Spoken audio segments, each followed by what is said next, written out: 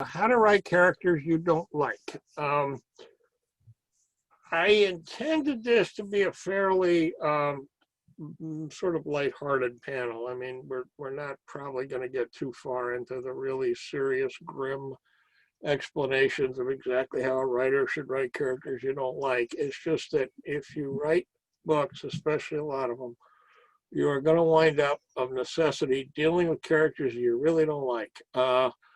And so what I want to do is just talk about how each of us has handled that and what, these, I don't know how to put it, these are a bit like war stories, I guess.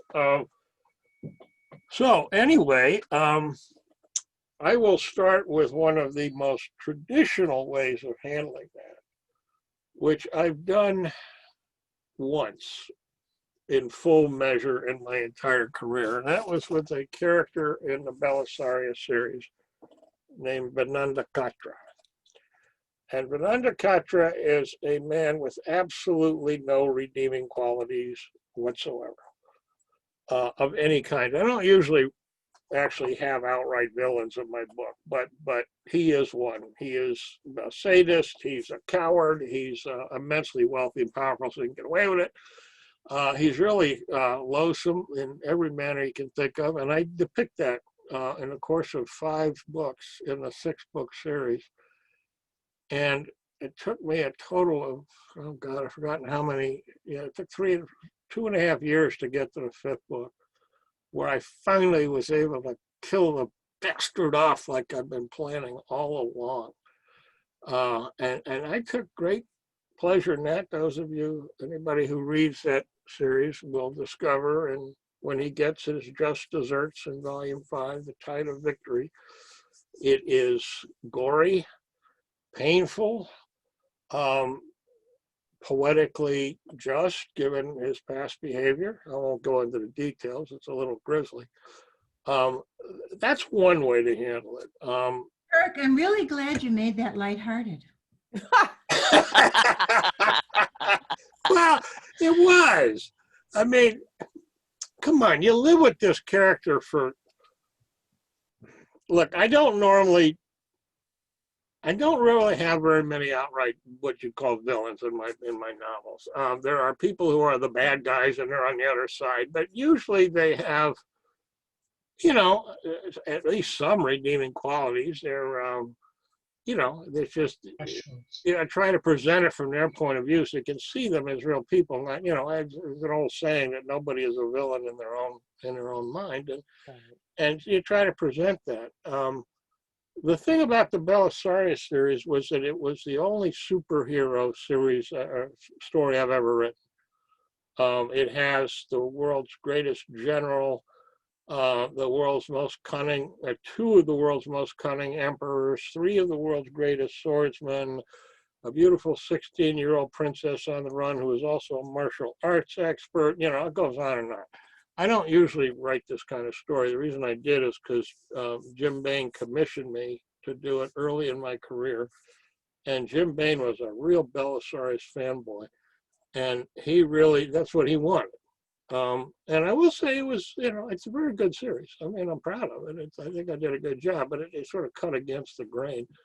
And developing Vinanda Katra was a different exercise for me. And yeah, it was kind of lighthearted, to be honest, Nancy. I mean, it, you know, God, it was great getting rid of him finally. Can't talk. All those damn books, right? I put him in being sadistic and cruel to so many different people. Anyway, however, I have usually found more subtle and sophisticated ways of handling a problem, but I've talked enough, so I would like someone else to pick up the ball and show us your wisdom for how you handle this same problem. I know how Dave does it because he and I added him up, Dave. You know, we've written 13 novels together. That's kind of a very easy, simple way of dealing with it. I make it your problem.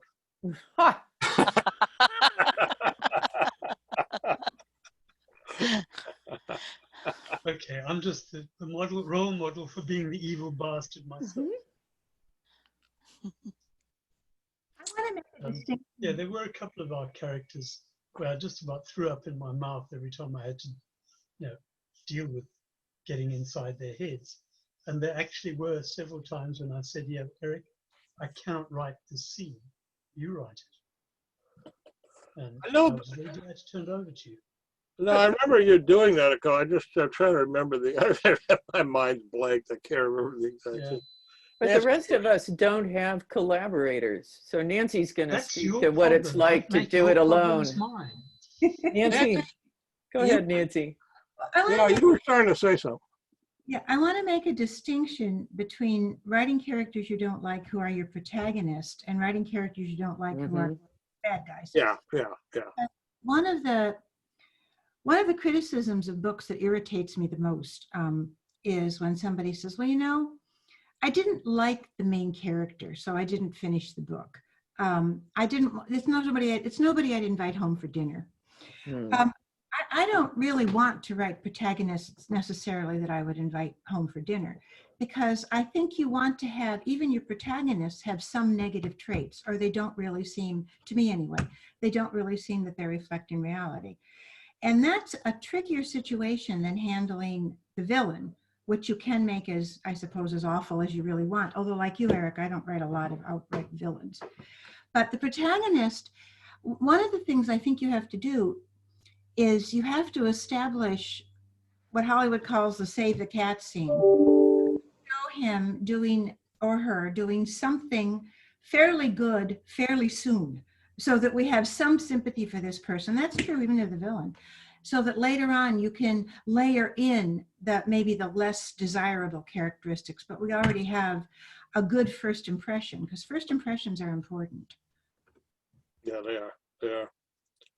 I just, Jonathan, were you going to say something? Yeah. Go, but please. So I do write a lot of villains. I write horror and thriller and comic books and so on. There's a lot of villains in what I write. And, I agree that the protagonist should be complex. I do have protagonists that I would invite home, because there are some that not all of the protagonists are, well, none of them are devoid of emotional damage, but not all of them are people that I don't feel are safe around, small children and pets. No, So there are protagonists I would invite home. Some of them share some of the life experiences I've had, and they have not always been good. But when creating a villain or creating a character I don't like, there's kind of a distinction between a character that I don't like the character in terms of I don't like to write it, which has never been the case for me. There are characters I don't like as people because I wouldn't, because they are villainous. And the first villain I ever wrote in any of my stories was based on my father, who was, a member of the Klan. He was a career criminal. He was abusive to his children, myself included, and my 4 sisters. There was nothing likable about him, and yet I still had to give him enough nuance in the book that he didn't come off as a two-dimensional, mustache twirling villain, because nobody is like that in the real world. Everyone, nobody wakes up, looks in the mirror and goes, "Hey, you're a villain." Their worldview may evolve into the point where they are doing horrific things. Often there's either a greed element to it, like some of the corporate people I've written about. There are people who they feel that life has wronged them and therefore it is okay to wrong the others, and so on. A lot of different iterations of that. With that character, I gave him nuance. I gave him even a sense of humor at times, but at the end of the day, he's still a character. If you had met that person in real life and you knew anything about him, you would loathe completely. And that was my goal, to create a character that people could believe in and loathe, but still enjoy the character in the writing itself. And that's kind of one of the tricks that we have to solve. When I was writing for Marvel, I did a Black Panther run where the villain was Dr. Doom. And different writers have done Dr. Doom either as a subtle villain or a raving maniac. And I don't like the raving maniac, because a raving maniac would be easy to identify and destroy and defeat. Whereas someone who is subtle could have nuances of personality depending on what they need in the moment. But there's a reason they became as powerful as they are. And that reason had to be a degree of self-awareness, a degree of control over their own process of what they do. So when I did Dr. Doom, I did him, I wrote him as someone who was subtle, crafty, and had a very long game so that he didn't come off as just a two-dimensional comic book villain. And that's how I've approached all of my villains. And one last quick thing about that is often in my novels, I do a lot of backstory scenes where we get to know the progress of that villain's life from, what they were before and how incidents in their life changed them and how they reacted to those and became who they were. And it prevents me from having to do one of those James Bond endings where he meets the villain at the end and the villain explains his entire life story to him, which would never happen. I don't want the hero to even not necessarily know that backstory. I just want the reader to, so the reader can see the evolution of that mindset. I think May I one ask of Nancy a question? Somebody, Nancy, you were saying it was a question of a character that you didn't like, as in not necessarily a villain. I was thinking that we need to draw a distinction between characters that we as writers don't like and characters that we don't want our audiences to like. And I've written one of the characters, Francesca, in the Heirs of Alexandria books, is somebody that I would actually dislike very much. Most of my readers actually like her very much. In fact, even my co-author likes her very much. I do. So, It's a bizarre, yeah, no, I do. I think she's a great character. But anyway, I've always known you didn't like her. But anyway, go ahead, sorry. I wouldn't and I write, can't even kill her nicely. but I wouldn't write a character in my book that I didn't like writing. Even my most reprehensible villains are entertaining for me as a writer to write. I just the version of the character that they represent in the story. But if I didn't like a character, just didn't like writing the character, I wouldn't put the character in the book. When I was thinking about this panel and thinking, I wasn't thinking in terms of a villain. We're all talking about villains a lot, but to me, the most complex and interesting character in many books I read is not a villain at all, but he's just, maybe the town drunk, like in my first novel, The Town Drunk, and I believe in redemption, so ultimately Ben does find redemption. But sometimes there's just people who are important to the story that you just plain don't like. And they're not villainous, they're just assholes, pardon the language, but my thing was I ended up writing 3 stories for the Grantville Gazette because I realized that every time I was writing a character that I didn't like, I had to go for redemption. So in these 3 short stories, I didn't go for redemption. I wrote a guy based on a contemporary character, won't say who, but we all know who he is. And in Lord Dampnut Loses His Hair, he gets murdered in the most god-awful way you can imagine. So sometimes it's fun to take somebody that's just reprehensible and do them in. Yeah. Eric goes for destruction. Shoshana goes for redemption. How do you handle characters you don't like? well, Oh, you mean, Kat, were you starting to say something? I do have something I'd like to talk a little bit about. Yeah, sure. Go And ahead. I think that one of the things that we can do as writers that sometimes is a lot of fun is to make our protagonist an unsympathetic character and then rise to the challenge of making the reader still like that character. And I think I have a story called Clockwork Fairies where I don't like that character. I think he really would just irritate the heck out of me. But in order to make him sympathetic to the reader, I had to figure out what were the things that he was working on. I had to understand his reactions and had to understand him. And that's what makes a character sympathetic to the reader, I think, is when they can understand why the character is doing what they're doing. And if they can be doing something shitty, because the reader understands that human beings can do shitty things and they've done shitty things. Yeah, I No. totally agree with that. In my first YA, Rotten Ruin, the main character is deliberately unlikable in the first few chapters because he has a skewed worldview and it's polluted his personality. But that's the point of the story, is that character's growth. And as you pointed out, you have to find some way to make that character relatable, you know, if not likable, relatable, so that we can trust that the author will take that character on a journey of growth that's worth following. One thing though, we keep saying, you know, the reader will do this and the reader will react this way and we have to, but readers really, really vary.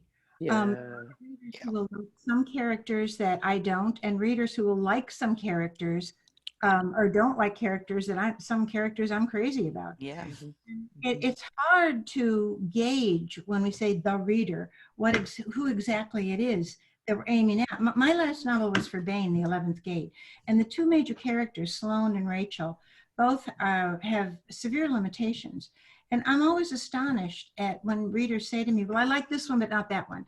Or I didn't like either of them, or I like them both, because there's no one reaction. Yeah, I'm kind of the neophyte here because, you know, all of my life I've been doing academic writing, and I just wrote my first novel last year at age 76. I'm living proof, don't give Rock up. on. And Jim, the major protagonist in Death Lives in the Water, he's going to be a major character in all of the Harper Sanding stories. And I like him, and everybody who reads him likes him. But I also have given him a nickname called He Who Does Not See, because he lives in a community of pagans where magic is in front of him all of the time, and he absolutely refuses to acknowledge it. And there are times you want to reach into the page and just strangle him and say, look, dude, it's right in front of your face. And that's kind of writing a character I don't like in a little bit of ways. I don't like certain things about him. And it makes him more real to me. I don't know. I'm writing the second book. I'm almost done with it, Eric, I promise. And again, I published it first. yeah, you do. It's you can get it on Ring of Fire or on Amazon. And thank you, Eric, for Yeah, it's a believing good in me. book. I really appreciate it. Jim, again, he's finally approaching there, but I'm not writing for the reader. I'm writing for me. Mm. And that's the only way that it just sort of flows out of me is I'm writing a story about a place that I want to be, about problems that I want to solve, about people I want to live with. And that means that some of them I'm going to want to strangle sometimes. I think I'm trying to think. I think the single most challenging, certainly the most fun redemption project that I ever got involved in was Dave and I. We have a character in the Heirs of Alexandria series named Count Mindog, who is a Lithuanian nobleman, and this is a fantasy Lithuania, which is ruled by a demon, and it is an utterly savage place to be, and you don't survive at his level if you're not utterly ruthless. And he decides to take it on the run, and so in our last book together, All the Plagues of Hell, we show him on the run, and in the course of it, he winds up sheltering this young couple who's themselves on the run from their serfs, and they're on the run from their landlord because he's lusting after a girl and they want to get married. And after having taken them in, he plans to use them for decoys to get through a particular town, and he fully expects they're going to get killed in the process. And it's not that he wishes them any ill; it's just that's the way he thinks. And it was interesting to write it where by the end of the book, the readers like him, and well, he goes through a transformation, but he develops for the first time in his life an attachment to these two young people. But that was a challenge. It really was. Actually, the single character I didn't like working with the most, to go to something Jonathan said, is actually the biggest straight up hero I ever had, and that was Belisarius. Jim Bain really wanted that story about Belisarius. He, like I said, he was a real serious General Belisarius fanboy, and there was not going to be anything negative said about Belisarius, you know. And God, he drove me nuts. It was like writing about the Energizer Bunny, you know. And this is early in my career, and I would just get bored with him, and I started developing some subplots, and I co-authored it with David Drake. I did the writing, but he plotted out the story. And David was my mentor. That 2 years I spent writing the first 4 books of the series was sort of my apprenticeship. David would reel me and he said, Eric, you can't do that. He is the hero and he is the central protagonist of the whole series. You have to leave him at center stage. So he finally gave me a rule. I had to have Belisarius in half the chapters. And then his wife, Antonina, was the second most important character. She had to be in 25% of the chapters. And then the other 25% I could do with what I wanted. It was a very valuable learning experience, I will say that, because there are times where whether you find a character particularly fun or interesting to work with, you really do have, they are major and they have to stay there. There are reasons for it. But no, that was actually the hardest one I've ever had. One of the devices I just realized recently I use when I'm trying to signal to readers that a character that they may wonder about. There's a central character in the 1632 series, appears in the very first book, and she's in it from then on. Her name is Gretchen Richter. And she's a young German woman, and because of her background, she is a really hard-edged person. But the way she's introduced, and she's not quite a camp prostitute, but awfully close. She's been a forced concubine of one of the mercenaries in the army. She's been dragooned into. But the first thing you discover about her is that she's effectively adopted a bunch of kids and is taking care of them and protecting them. And what I found, and I wasn't even conscious of it for 15, 20 years, is that I do that a lot. Yeah. It's striking how often I realize I have a character of mine formally or informally adopt children in need. Really? Because, and like I said, I just really became conscious of this just a few years ago, but it is a very almost foolproof method for tipping off the reader. Yeah, okay. I mean, one of the characters is a Polish spy who's actually one of the bad guys, technically.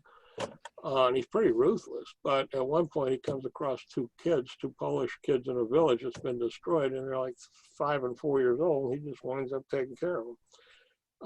So there are various devices you can use. I think that's the one that, for me, works easiest and the best. Taking Save the Cat from Hollywood and making it Save the Children.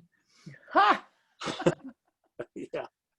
Well, that's one of the tips, and I don't remember who said it to me. Was it at some point, was it to make, if you have a horrible character and you want to make them sympathetic, give them something that they care about, and even if it's just a house plant, but give them something that they love.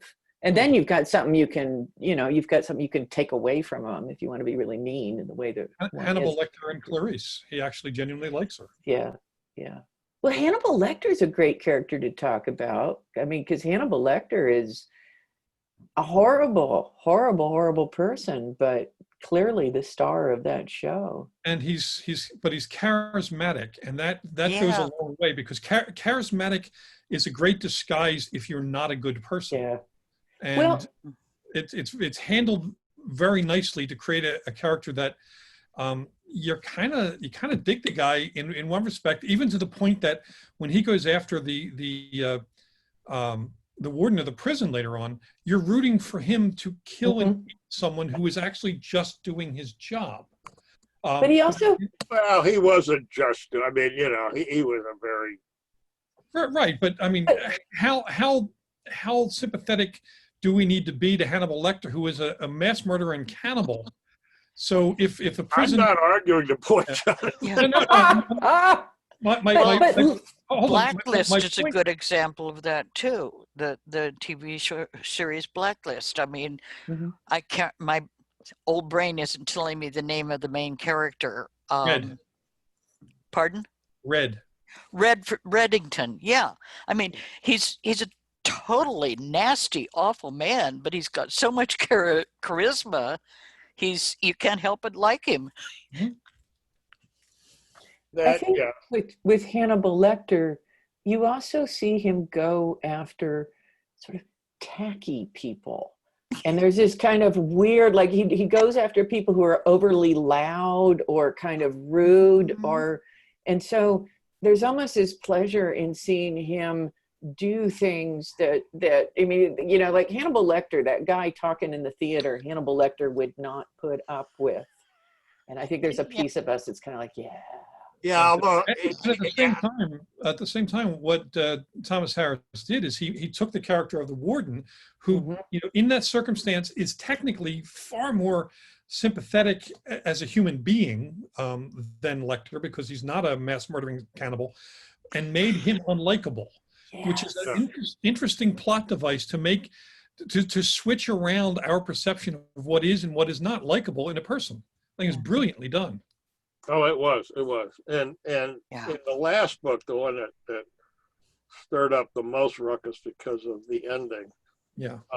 Yeah, I remember after I read it, I said, I don't think a lot of people quite get his point. His point is, yes, Lecter's a monster, but this society isn't all that different if you look at what they actually do. They just do it by the rules, you know.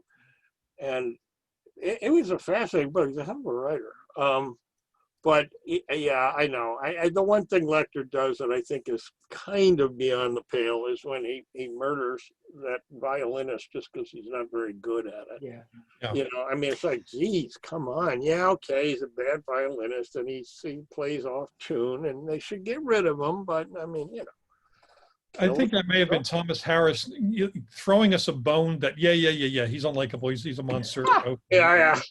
I'm supposed to hate this guy, but really you kind of can see his point sometimes. Well, it also helped that they got great actors to play it. And actually all the movies they did. As well as the redeeming aspect of the gastronomic side. It wonders for fava beans and. He's an amazing cook. Assuming you like Chianti anyway. True gourmand. All right, Go ahead, Eric. what I'm curious is there a character you had or type of situation that you find particularly difficult to write? I've come to recognize myself after I first got published 23 years ago, and several of you have longer careers than mine. And I know which ones I find.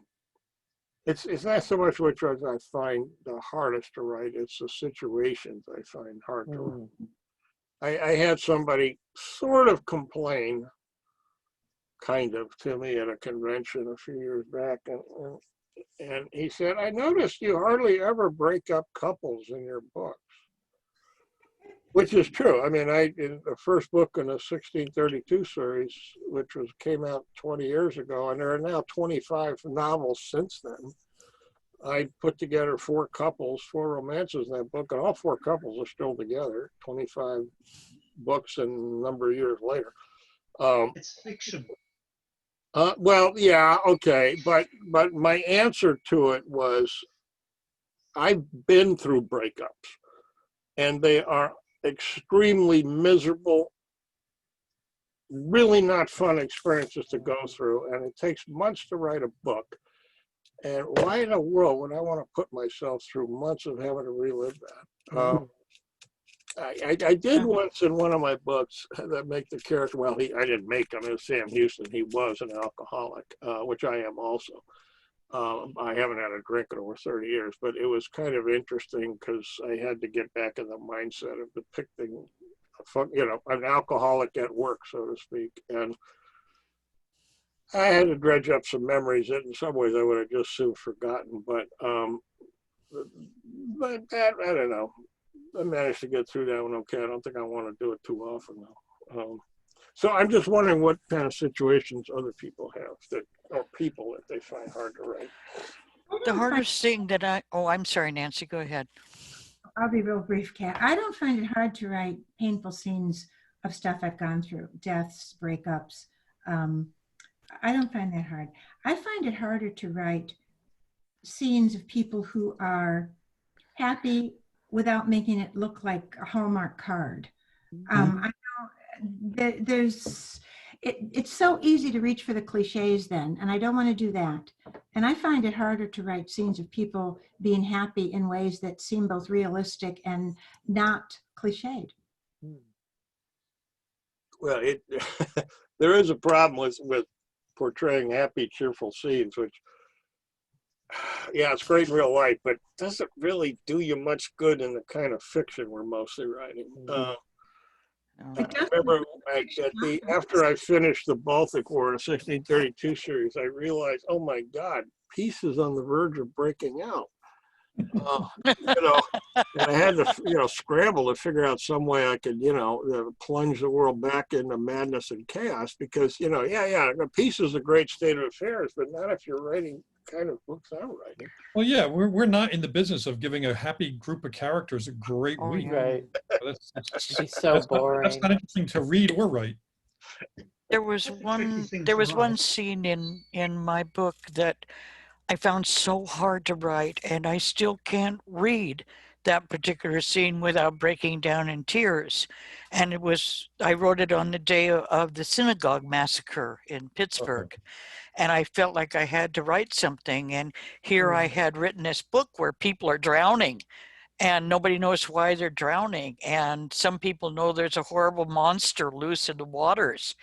And one of the primary characters of the book, I had her go down to the pond where people had drowned and say prayers, say the Kaddish, say the Ukrainian prayers, put herself in danger, not just for the people who died, but for the people that she knew had died long before at the hands of this same beast and had gone unnoticed. And it was damned all hard to write. It was hard to write every funeral that I had to write in that book. I can't write funerals without falling apart.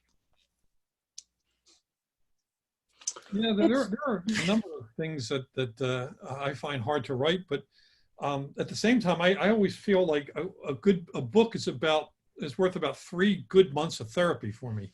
So I actually vent a bit as I write, and I find that not only does it help me, but the more honest I am in delving into some of these more difficult and personal areas, the more it connects me with readers. I hear back from readers say, "Wow, you could not have gone through that if you hadn't, could not have written that if you had not gone through it," which is not always the case because sometimes we can imagine, but there are times when you get confessional and people's like, "Oh my God, that really, I really needed to read that."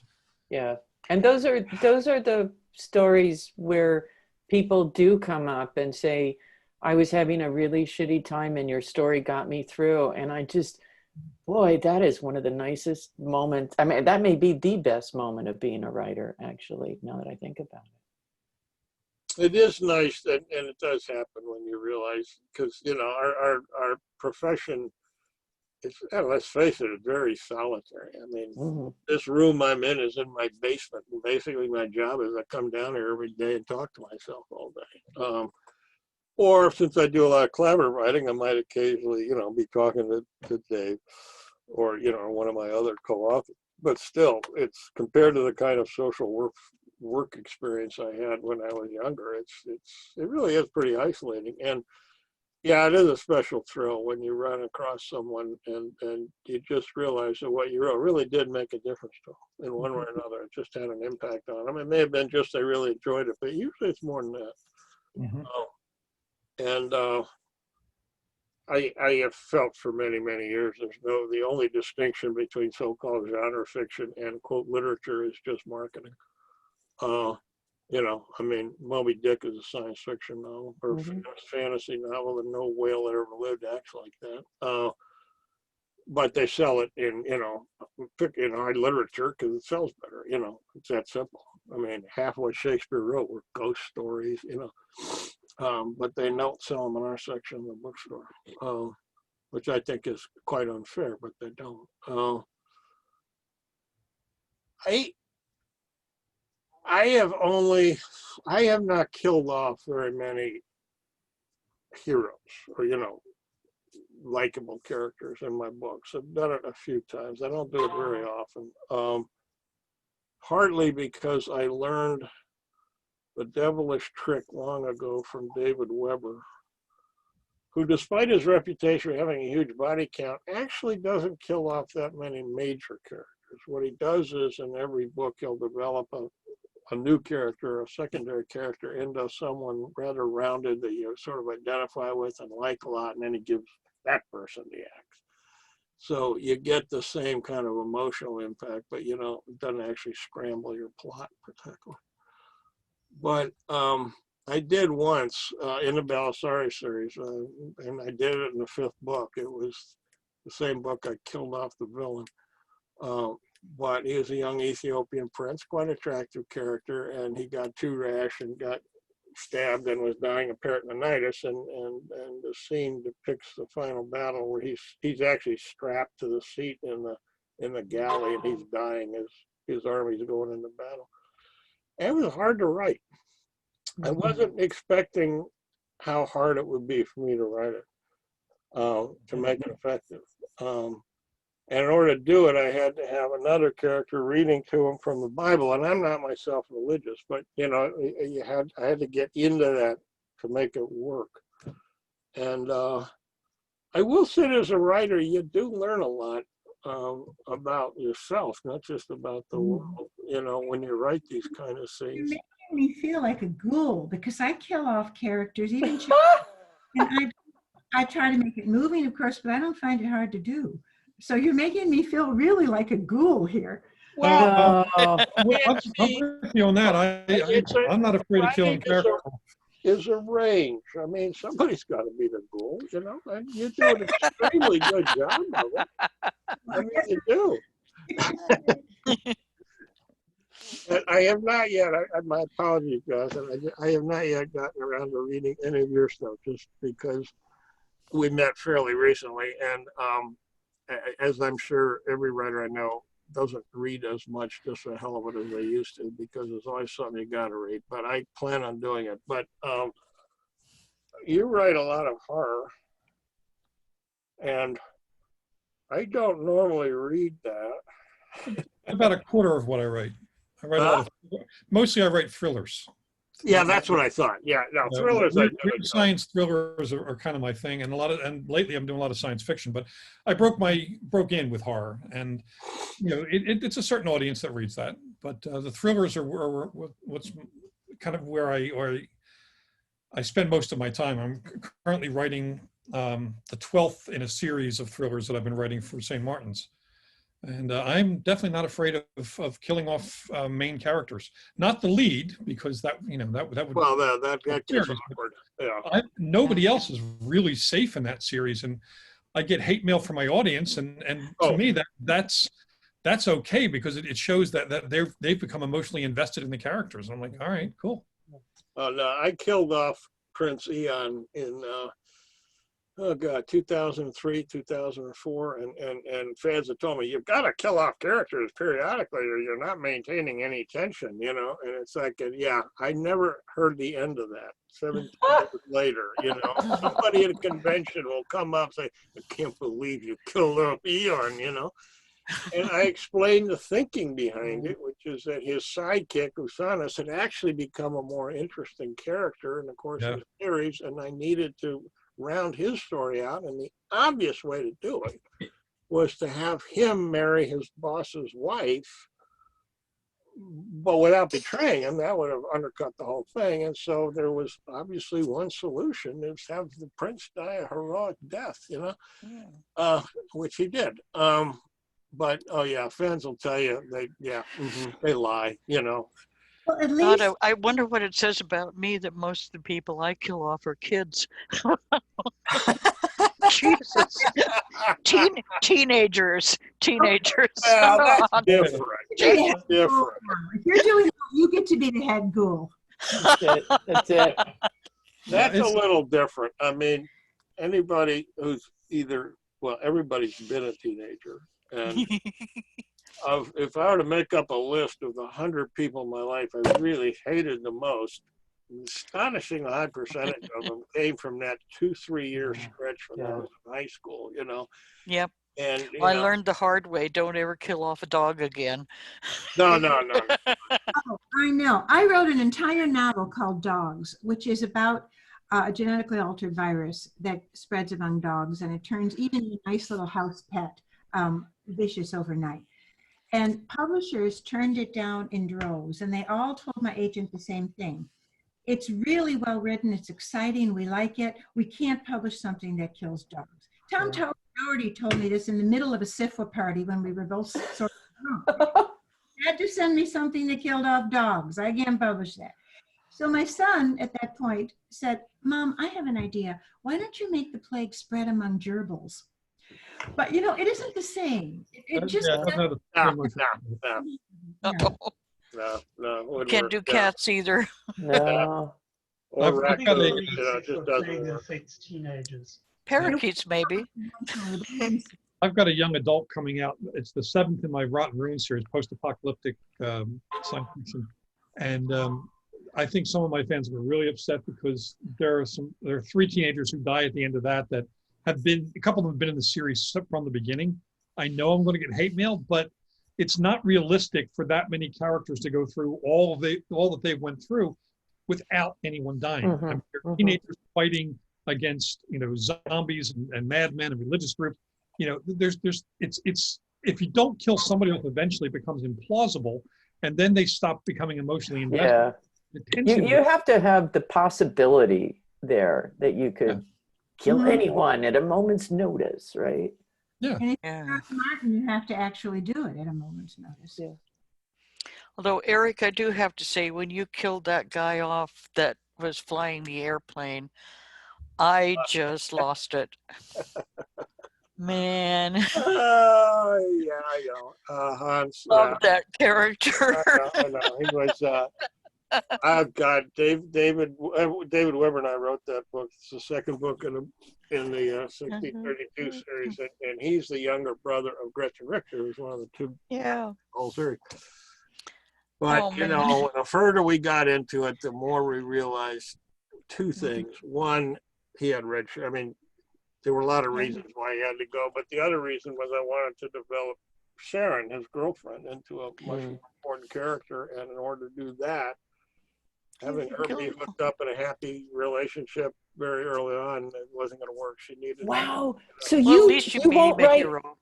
but you won't write breakups. Instead, you'll kill one of Kill the people. somebody. Yeah, that's different. For me. I Wow. mean, you know, that's not. That's different.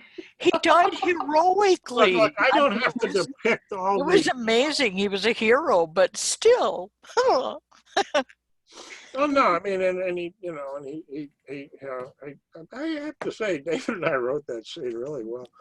Yeah, you did. Yeah, I know, but yeah, we caught some grief for that over the years. But I don't honestly do it too often. One of the things that irritates me is when some usually it's a fan, but sometimes it's somebody, a literary critic or somebody who thinks they know what they're doing, who comes up and explains that a story is not interesting if you don't maintain tension. And the only way you can really do that is to periodically kill off people or break up relationships. And my response to that is, I think you got to be a pretty sorry ass writer if that's the only way you can figure out how to maintain tension. And I use the example of, you know, 1632 series, the main characters are all still alive, and there's 4 couples that have stayed together for 25 novels. So, and sales are still fine. So apparently I'm doing something right. But I don't think it's so much you have to, you don't need to do it to maintain tension. If that's the reason you're doing it, I really think you're just not writing real well. Well, one of the problems is some people build characters off as stunt casting, as a stunt, rather than because it's really thematically necessary. It drives the narrative forward, and that shows. And that's kind of offensive, and it's lazy writing rather than risk-taking writing. Yeah, you're right about that. And you are right. Also, I think it was you, John.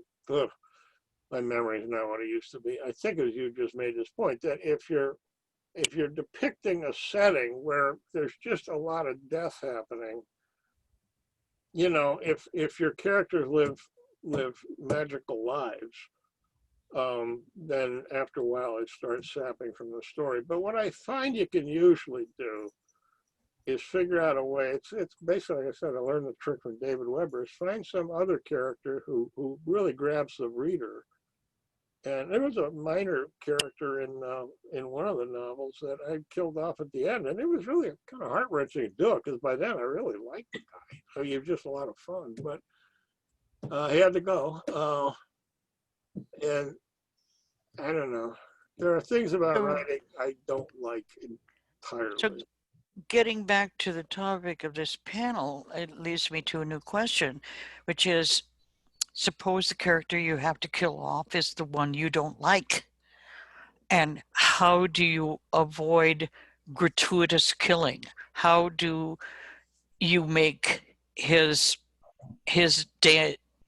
demise somehow fitting or consistent with the story, I'll give especially to if Nancy, you've she'll write obviously the made him so gratuitous killing. unlikable? I'm sorry. So I'll give it to Nancy. She can write the gratuitous killing. She's good at it. Give me your question again, Shoshona. Okay, we have a character we've created. We don't like the character, and we're pretty sure our readers aren't going to like the character. And for whatever reason, the plot or the storyline or things that Eric is talking about, other people needing to be more important, we've got to kill this character off. And how do we do it in such a way that it's consistent with the story? How do we avoid making it gratuitous? How do we avoid that this guy's a son of a bitch and we're going to kill him off? Boom. Well, you have to do what we all do, which is set up the fact that he's in danger from something or other very early. You have to foreshadow. Either he tends to go around eating wild mushrooms that he shouldn't eat, or he's got enemies stalking him, or something. But we have to be able to say, oh, yeah, that's why. And it has to make sense in terms of what went before. So as with everything else, it's Anton Chekhov's gun. You know, if it's going to fire in the third act, you have to have it over the mantelpiece for the first two. If I might insert a comment, I find the most wonderful thing about writing on a computer is that you can go and build that backstory when you need to. Right. Because you get to that point and you'll find, okay, that death is implausible. It sounds like you're just doing it to get rid of the character. Okay, I'll go back and I'll add a few nasty details which the reader didn't know before. And that foreshadowing is vital. And I agree with you so much, Nancy. You know, there has to be a good reason for it, but you can at least go and build it in. But he can't just fall out of a window. Right. So you have to set up something that is plausibly going to happen in terms of his character and his backstory. And sometimes that means going back and making the character, not only setting up the death, but making the character far more interesting, so that even if he's a bad guy, even if he's a generally unlikable character, the readers become enough emotionally invested. Even if they're rooting for him to die, you still want them to be emotionally invested. So sometimes that is, what Dave just said, going back, doing those revisions to build that in, so that it is not a Deus Ex Machina or somebody just happened to wander across a trapdoor. Yeah, I think what I often do is both before, but particularly at the time of the character's death, that you don't like, give them some actually pretty attractive qualities. In 16th Year, I kill off General Tilly, who was a real character, and he was a very effective and absolutely ruthless military commander in 30 Years' War. And the scene I depicted actually happened in real history. And he's killed. And as he's falling, there's the image of him from one of his enemies of just, this old oak is falling. Because whatever else you want to say about him, in his own way, he was kind of a giant. And when I killed off Wallenstein, many books later, Wallenstein's a character that's really, really easy not to like, but some of the people at his death are Jews, and he has done a lot to make the situation for Jews in Bohemia and Eastern Europe better. And so, you know, one of them talks to his wife after, and he said, boy, I had mixed feelings about this. I mean, this is the same guy who ordered our high school wiped out. But, you know, on the other hand, he also helped a lot of other kids survive. And, you know, it's what are you going to do? Add emotion to a death of an unlikable character by having somebody else care passionately about Yes. Yeah. No, that's very effective. Yeah.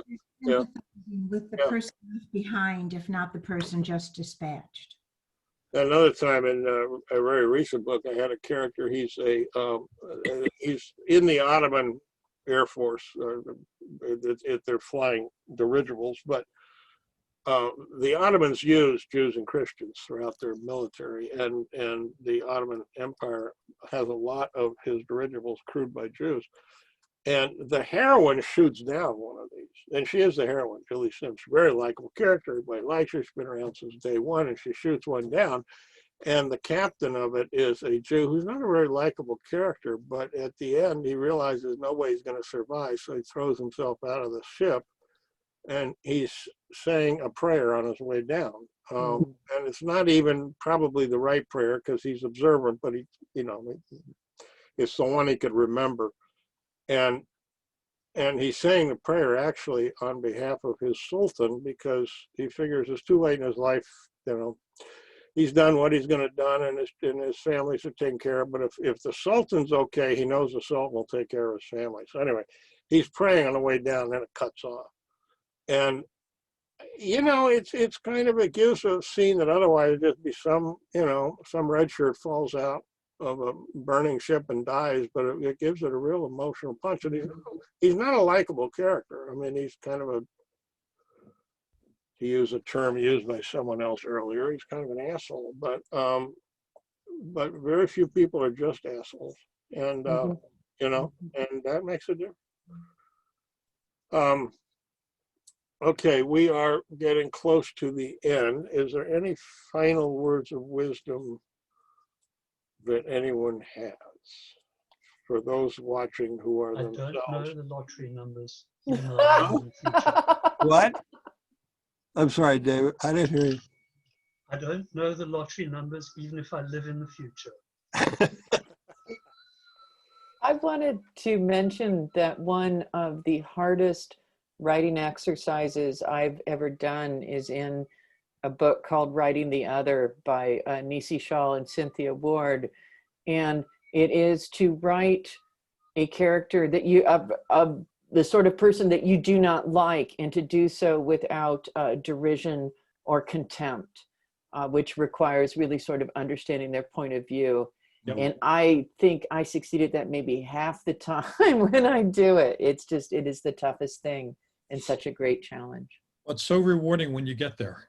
And yes. I love that, being, you know, writing a character that, you know, the character I'm writing about is not to be liked, you know, but I have to like them enough and paint them in a way that's appealing to the reader, even if they also dislike the person. Mm-hmm. Like if somebody was doing a movie about Hitler and Hitler was just a boring little guy, he isn't a compelling villain.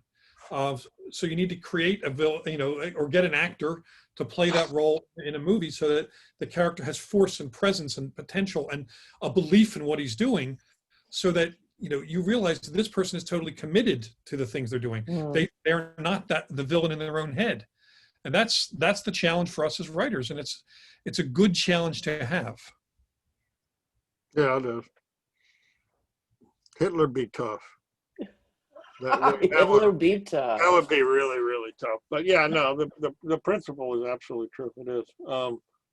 It's like I said, I don't have very many just outright villains in my books, and the reason is partly just I think they're kind of boring. You know, it's more interesting if you've got a character that, you know, I've told people Cardinal Richelieu is one of the villains all through the first number of books of the 1632 series, but I could honestly write an alternate history and make him the hero. I mean, I could. It'd be a little tricky because he wasn't a real likable guy, but, you know, he was certainly a very impressive person, and in his own way was quite, he was quite true to his own, let's put it that way.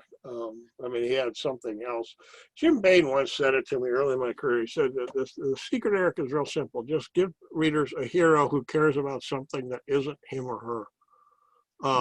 And honestly, if you do that, just that, I know it sounds like a simple formula, but it will get you a long ways, even if it's just, she really cares about parakeets, whatever. But it's not just self-absorption. It's not just, what's in it for me. I would also say to writers, don't be afraid to seek redemption for the characters you don't like. Don't be afraid to have them grow and adapt and become somebody that maybe you do like, because there's a lesson in that too.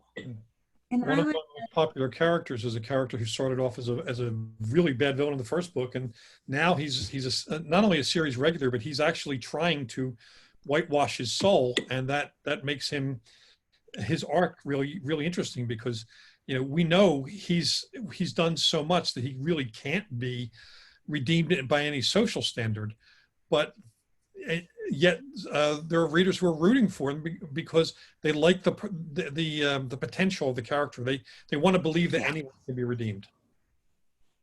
If you're going to write a character, it's not only unlikable but not redeemable. In my last novel, The 11th Gate, Jane Landry is a megalomaniac warmonger, and there's no way to make her redeemable. But she's not a point of view character, and what I tried to do more was show the effect of Jane's action on other characters that are more likable and that we can identify with and be sympathetic toward. So Jane herself may be a sort of a monster, although she doesn't think she is, but it also, the emphasis is not on her, it's on the effects of what she does on everybody else. No. Okay, I believe Alexi gave me the thumbs up. I think we're out of time. So thank you all for coming. Thank you. And I hope you enjoyed it. I have. And again, my apologies for dropping the stitch. But all's well that ends well. And thanks again. Thank you. It's been lovely, folks. Thank you. Take care. It's nice to see you across the vast